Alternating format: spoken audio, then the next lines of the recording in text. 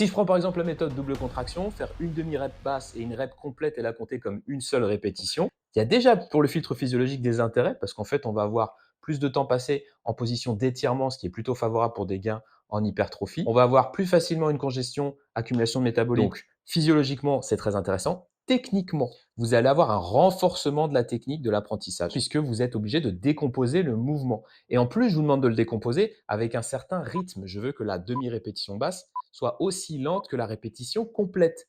Donc en fait, là-haut, ça va turbiner un petit peu. D'un point de vue psychologique, alors vous allez avoir un gros ressenti musculaire, normalement, ça va brûler, ça va chauffer, une bonne congestion. C'est une méthode en général qui plaît. Alors elle fait mal, elle fait pas plaisir sur le moment, mais après, il y a quelque chose qu'on a envie de refaire en général. D'ailleurs, j'ai des gens qui me disent, Alex, c'est la première fois que je ressens autant mes biceps travailler quand je fais cette méthode-là. C'est la première fois que j'ai une si grosse congestion sur mes bras quand je fais cette méthode-là. D'un point de vue kinesthésique, savoir quand est-ce que vos bras sont totalement tendus, quand est-ce qu'ils sont un petit peu fléchis, à partir de quand est-ce que vous avez une contraction complète, c'est quoi une demi-contraction par rapport à une contraction complète en termes d'amplitude. Alors si vous avez un miroir, évidemment, ça facilite énormément les choses, mais si vous n'avez pas forcément de miroir, c'est un travail super intéressant. Vous pouvez faire d'ailleurs les yeux fermés.